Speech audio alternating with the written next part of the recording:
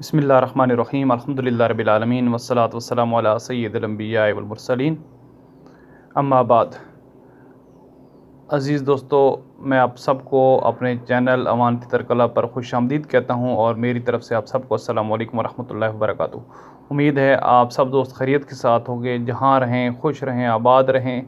अल्लाह ताला आप सब के रिज़्क़ में, मालो जान में, औलादों में खैर बरकत अता फ़रमाए और आपकी नेक मुरादें जितनी भी हैं अल्लाह ताला उसको कबूल व मंजूर फरमाए। दोस्तों, आगे बढ़ने से पहले मेरे जितने भी नए दोस्त मेरे चैनल पर हैं उनसे गुजारिश है कि मेरे चैनल को सब्सक्राइब ज़रूर करें और साथ बेल आइकॉन के बटन पर क्लिक कर दें। उससे ये होगा कि आने वाले दिनों में जितनी मेरी वीडियोज़ होंगी उनका नोटिफिकेशन आप तक पहुंचता रहेगा और आप उससे ज़्यादा से ज़्यादा मुस्तफ़ीद होते रहेंगे। और साथ जितने भी दोस्त पुराने नए हैं उनसे ये भी गुजारिश है कि वीडियो को लाइक करें यार, और शेयर भी ज़रूर कर दें, ताकि आपके एक शेयर से मेरा भी फ़ायदा हो जाएगा और बहुत सारे दोस्तों का भी फ़ायदा हो जाएगा। जो वीडियो देखना चाहते होंगे उन तक मेरी वीडियो पहुंचती रहेगी और हम छोटी छोटी बातें जो हैं बाज़ औक़ात बड़ी फ़ायदेमंद साबित होती हैं कि उनसे हम बहुत कुछ सीख सकते हैं।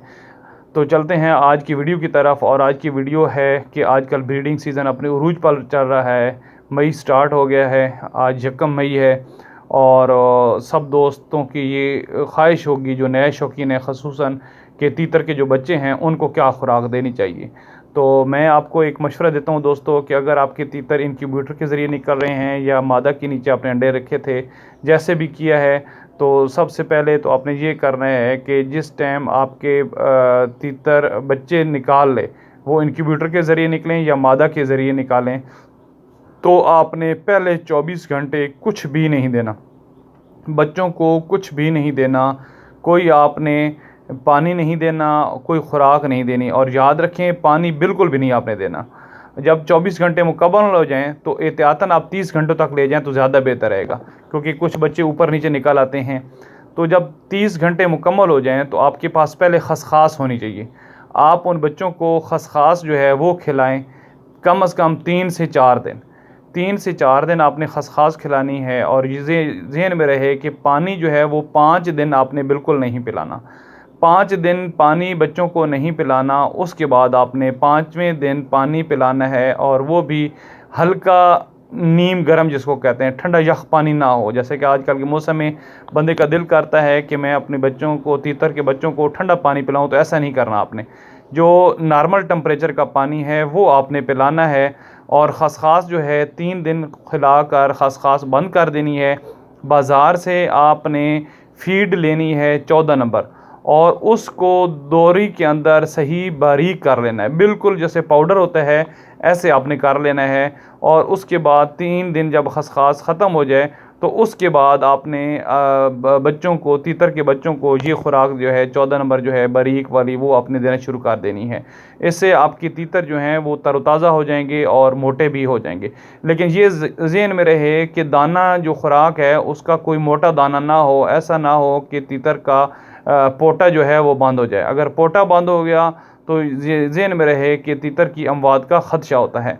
और जब आप देखें कि अब माशाल्लाह तीतर जो है, बच्चा जो है वो चंगा भला समझदार हो गया है, 15-20 दिन का हो गया है, तो उसके बाद आप उसको बेशक पालक जो है वो खिलाना शुरू कर दें, सब्ज़ा खिलाना शुरू कर दें।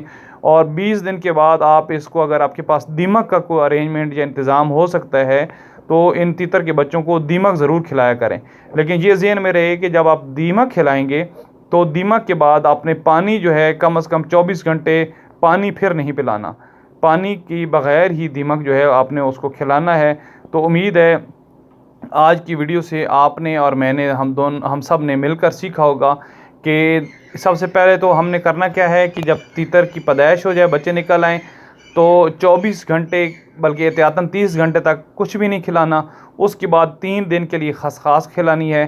3 दिन के बाद जब खसखास मुकम्मल हो जाए तो 3 दिन के बाद हमने 14 नंबर फ़ीड लेनी है, उसको बारीक दोरी के अंदर पीस लेना है और उसके बाद वो खिलानी है। जब 5वां दिन हो तो नीम गर्म पानी जो है वो तीतर के बच्चों को पिलाना है। और उसके बाद जब 20 दिन हो जाएं तो फिर नॉर्मल रूटीन में खुराक कोई सब्ज़ा शब्ज़ा खिला दें, पालक खिला दें और दीमक पर उनको शुरू कर दें। लेकिन फिर याद रहे कि दीमक के लिए ज़रूरी है कि 24 घंटे या 12 घंटे आप पानी नहीं पिलाएंगे। उम्मीद है आज की वीडियो आप सबको पसंद आई होगी। आप सबसे गुजारिश है कि मेरी वीडियो को लाइक और शेयर ज़रूर करें ताकि सब दोस्त हम एक दूसरे से फ़ायदा उठा सकें।